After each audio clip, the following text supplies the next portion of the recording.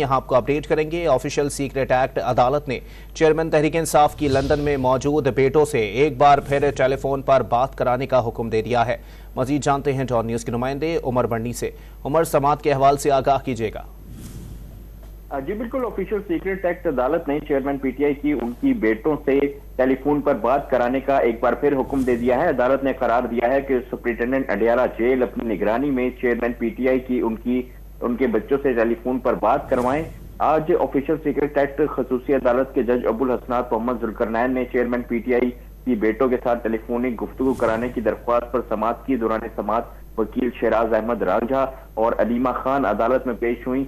जज अबुल हसनात मोहम्मद जुल्करनैन ने रिमार्क्स दिए कि एसओपीज आ गए हैं जिनके मुताबिक मुल्जिम को बात करने की इजाजत नहीं। मैं फिर भी जेल मैनुअल के मुताबिक टेलीफोनिक गुफ्तगू के मामले को देख लेता हूं। वकील शहराज रांझा ने मौक़िफ़ अपनाया कि ऑफिशियल सीक्रेट एक्ट के तहत मुल्जिम को अपनी फैमिली से टेलीफोनिक गुफ्तगू करवाने पर पाबंदी नहीं। प्रिजनर रूल्स के मुताबिक 12 घंटे अहलिया बच्चों से जेल में मुलाकात करवाने की इजाजत है। दीगर मुल्जिमान को टेलीफोनिक गुफ्तगू करवाने की बिल्कुल इजाजत है।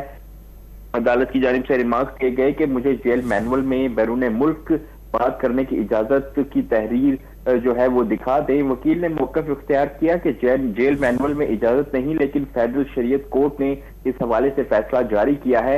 वकील शहराज अहमद राजा की जानिब से फेडरल शरीयत कोर्ट का फैसला भी अदालत में जमा करवाया गया और मौक़िफ़ अपनाया गया कि हफ्ते को तमाम कैदियों की टेलीफोनिक गुफ्तगू करवाई जाती है।